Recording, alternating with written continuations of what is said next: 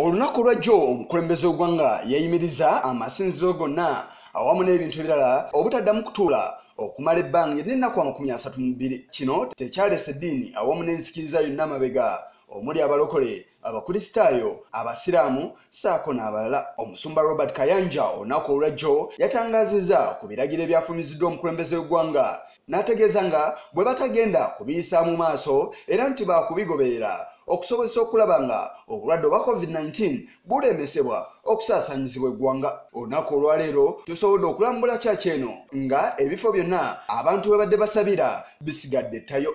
N'omulala n'awaayo. Another one gave $1,000. Omu n'awaayo $10,000. Another one gave this. Omulala n'awaayo Another one, endala. somebody just woke up and said Friday, Waliwo zenanga I want to olwokutaano. bring my $1,000. Leeta $10,000 lwange lwa ddoola. So people of God, Abantu ba Katonda. we are really closer. Tuli kumpi. We can make a difference Tusobola okukola today enjawulo leero. in Jesus' mighty name. Mu Right linnya now, Yesu. we Kati, are here. Ffe abali wano. We are here. Ffe abali wano. Because this is going to help us Kino kigenda tuyamba to send the signal across the globe, okuweereza sigino mu nsi but also yonna. be able to talk to you face to face. N'okusobola okwogera nammwe nga With tubalaba. smartphone now, Mbeera y'emu tusobodde otuuka ne ku muzikiti omukulu mu nnyaffe Uganda ogwa Gaddafi National Mosque. Eno tusanze abasiraamu basayira bweru wa muzikiti anti omuzikiti gugaddwa si kye kyokka na buli abadde yeesooga omuzikiti guno abadde asooka kunaaba ngalo ze anti yemu ku nkola ezaafulumiziddwa minisitule y'obulamu nti mwe basobola okuyita okulwanyisa obulwadde buno. Omukulembeze w'abasiraamu mu nnyaffe Uganda Mufti wa Uganda Sheikh Shaban Ramadhan Mubajje olunaku olwaleero mu kwogerako ne bannamawulire avuddeyo n'akkaatiriza ekiragiro ky'omukulembeze w'eggwanga nti tekyali kuddamu kusaba oba kusaala kwa wamu era n'alagira ba district kadhi ba regional kadhi bonna okussa mu nkola ekiragiro kino. Ne baseka b'amatwale ne bahimamu b'emizikiti okubeera nti ekintu kino bakissa mu nkola n'okusomesa abantu baffe bakitegeere tekyakoleddwa tekimenya mateeka ga ddiini wabula kiwagira buwagizi enkola y'eddiini okulabika nti la dharara wa dhirar omuntu osobola eddiini tekkirizibwa omuntu akosebwe ye kennyini oba okukosa omulala.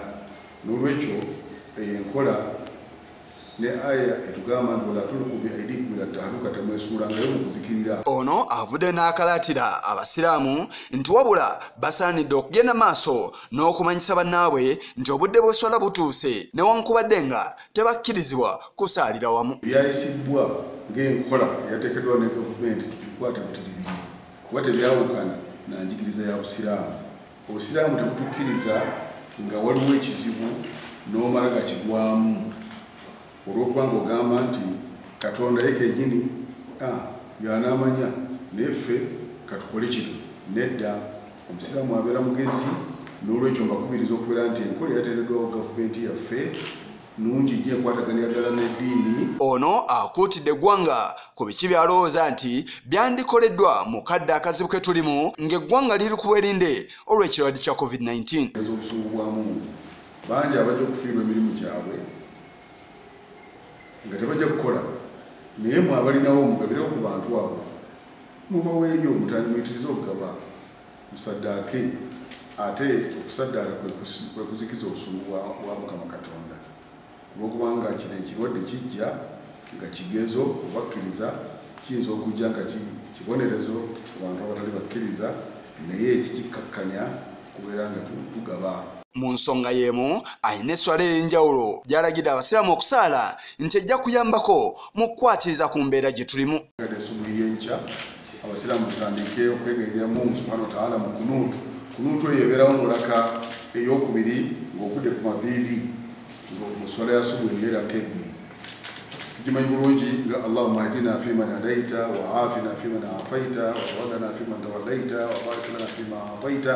Eyo kunuutu ebeerewo buli swala ya subuhi nga bwe tulinda okulaba embeera tuleke tulabe ekirala ekiyinza okuddirira. We tukoledde eggwere lino nga abantu abakwatibwa obulwadde bwa COVID-19 bali 22,770 mu nkagambana nga abaakafa bali 9,308.